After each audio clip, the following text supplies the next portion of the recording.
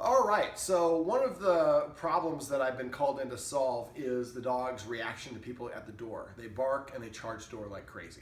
So what we're going to do is we're going to establish, if you want to point it towards the door, that doorway right there is going to be the boundary. They are not going to be able to allow to cross that line. Now there's not a line there, so I'm going to have to establish it by my timing of my corrections. Now what typically happens is people come to our door, we rush the door if our dogs bark because we think for some reason that's going to stop them from barking. What it actually does is tell the dogs, whoever this jerk is outside is making my humans move around really fast, must be making them uncomfortable. I have to really bark at those people. So when I get up to answer the door, I'm going to do it casually. I'm not going to rush, but I'm not going to go slow. Now, as soon as I get past the dogs, oh, there we go. He's a very subtle knocker.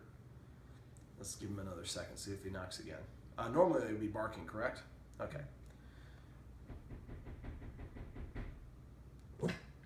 There we go.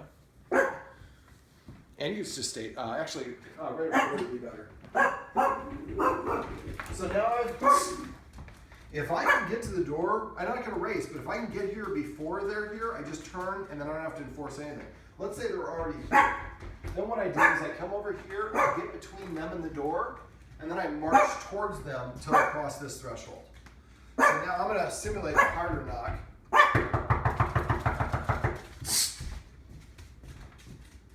Now, I came a little bit past the boundary for her, and you could actually crouch down, maybe pull one of those chairs out and sit down so you can get the dogs in the background and lower the camera on your knees. There you go. So now, because I've claimed the area, Rocky is staying behind you underneath the chair. She's barking, but she's doing it at a distance. So once I get to the door, then I'm gonna recreate the sounds that precede the door opening. One of them is the deadbolt. Now, as soon as I did that, Rocky got up and started coming towards the door, but he stopped because I'm still facing him. Next one is the handle itself. So if they stay in place, then I'm going to open it just a crack. If they stay in place, then I'm going to open it behind me like this, but I'm keeping my hips and shoulders in front. Now, I'm not going to respond until he crosses this threshold. So this is how he figures out where the boundary is. I didn't disagree with him because he didn't break any of my rules. Then I walk backwards again, and I pause between each step. Now this isn't a huge gulf, usually it's a bigger one. But if I pause and he came up, I would rush as my wife saying no. But once they get across this side of the line, they are free. They can go anywhere they want except for on the furniture because that's a rule. So then what I do is I jiggle this handle. There you go, stay back. So then I open it and I invite my guest to come in. I'm going to ask my guest to stay behind me. And he came up, but he didn't come all the way up.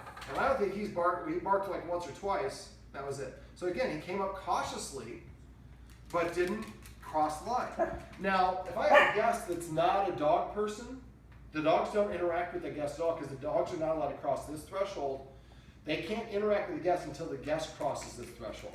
So if somebody's just dropping something off, you give them the stuff, they leave, and they're not a dog person, they don't have to worry about it. Now they can come right to the edge here. I'm not going to disagree until they cross the line. Now really what I do is when they're about maybe a foot away from the line, I hiss.